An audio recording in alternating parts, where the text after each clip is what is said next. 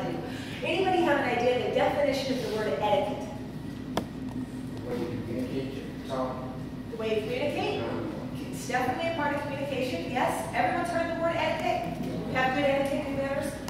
The way you stand, why you're talking, what you do with your hands. Yep, body language. Let's see. Your posture. Posture, okay, good. Your behavior. Etiquette is actually a funny word. It's spelled E-T-I-Q-U-E-T-T-E.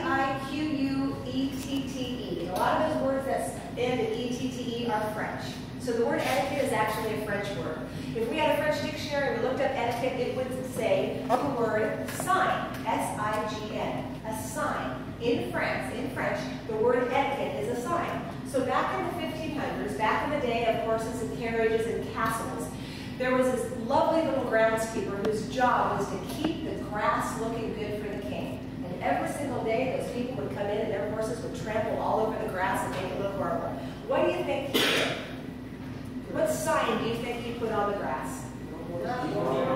Keep off grass. And that's where it started. In 1514, a groundskeeper got a little piece of wood, wrote the word, he didn't even say keep off grass, please. He just wrote keep off grass in French, hammered it in the lawn. That sign had a message, had the rules of conduct, suggested the rules of behavior. So think about modern times. What signs do you see throughout the day that tell you how to behave, what to do and not to do? Do not walk on the grass. Do not walk on the grass. No smoking. No smoking. Traffic signs. Traffic signs. No loitering. No soliciting. These are all exit. These are all etiquettes, if you think about it. They are posted rules of conduct.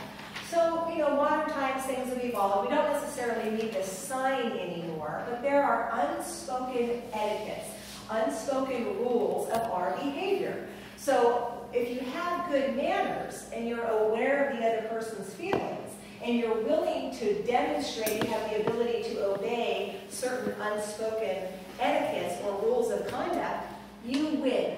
Because look around, people, nobody does it anymore. If you guys do it, especially on your interview day, and walking into the interview and walking out of the interview, please wait in that, you win. You will be the most polite, most socially adept people. People who bring that into the workplace are what employers are looking for. How many of you have thought that manners are important? Your manners. Okay. And how much training have you sought to get those manners?